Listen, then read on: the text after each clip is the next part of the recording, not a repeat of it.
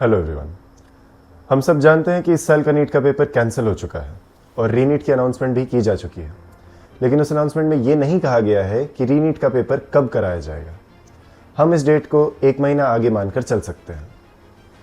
ये जो हुआ पेपर लीक की वजह से रीनीट की अनाउंसमेंट, ये बहुत बुरा था क्योंकि सभी बच्चों ने बहुत मेहनत की थी। 2 साल सबने बहुत मेहनत की है इस पेपर को देने के लिए, इस एग्ज़ाम को क्रैक करने के लिए।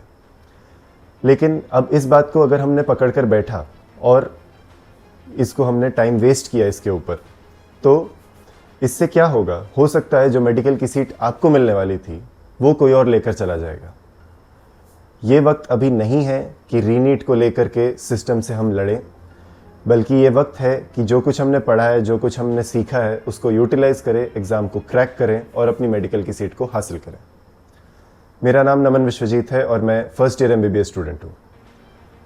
हमें पता है कि रीनीट का पेपर जब भी होता है तो उसमें फिजिक्स और केमिस्ट्री ज़्यादातर टफ कराई जाती है और बायो का पेपर रिलेटिवली उनके कंपैरिजन में इजी ही रहता है, क्योंकि बायो का पेपर वो ज़्यादा से ज़्यादा कितना ही टफ कर देंगे। आना तो वो 11th और 12th की बायो NCERT बुक से ही है, ज़्यादा से ज़्यादा किसी कोने की लाइन से उठा करके वो कोई क्वेश्चन को घुमा कर दे देंगे। तो फिजिक्स और केमिस्ट्री के टफ कॉन्सेप्ट्स, बड़े बड़े फॉर्मूले और वैल्यूज़ को ज़्यादा और याद करने से बेटर है कि हम बायो के उन कॉन्सेप्ट्स को याद करें जिन्हें हम भूल सकते हैं, क्योंकि टफ कॉन्सेप्ट याद करते करते बेसिक्स को भूलना बहुत कॉमन है। तो बायो की छोटी छोटी लाइन्स, उनके वर्ड्स और इन सब को याद करने के लिए और इस सब्जेक्ट को अच्छे से टैकल करने के लिए 340-350 नंबर लाने के लिए हम एक सीरीज़ लॉन्च कर रहे हैं जिसका नाम है बायोलॉजी स्प्रिंट। इसके अंदर हम NCERT की लाइन टू लाइन रीडिंग करेंगे, निमोनिक्स बताएंगे और छुपे हुए क्वेश्चंस बताएंगे इन हार्डली 10 मिनट्स।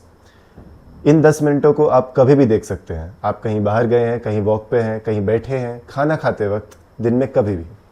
इसमें हम 11th और 12th की पूरी बायो को कवर करेंगे। बायोलॉजी नीट के पेपर का कोर है। बायोलॉजी नीट के पेपर का 50% मार्क्स है। अगर इस 50% मार्क्स का 360 में से आपने 340 या फिर 350 भी हासिल कर लिया तो बाकी का पेपर करना आपके लिए रिलेटिवली इजी रहेगा।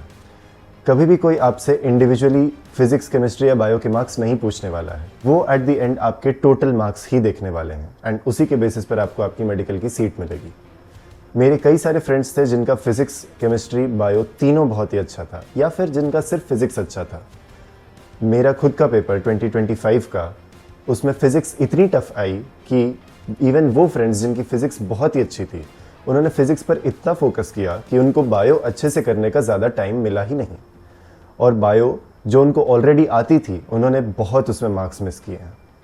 तो बायो को अगर हमने स्ट्रॉन्ग रखा, जो बेसिक्स हैं उनको हमने स्ट्रॉन्ग रखा, छोटी छोटी चीज़ों को हमने नहीं भूला, तो आपके लिए ओवरऑल स्कोर 720 में से लाना बहुत ईजी रहेगा।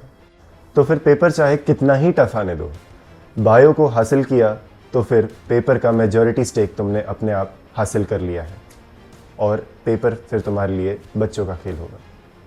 तो इस एक महीने में वापस जाओ, बायोलॉजी के बेसिक्स को और उनके कॉन्सेप्ट्स को मजबूत करो और इसको अच्छे से रिवाइज करो। हमारी इस बायो स्प्रिंट की सीरीज़ में मैं 2025 के पेपर में, उस टफ बायोलॉजी पेपर में जो कुछ मैंने देखा और उससे सीखा, वो भी मैं शेयर करने वाला हूँ। तो let us explore biology from 360 degrees till 360।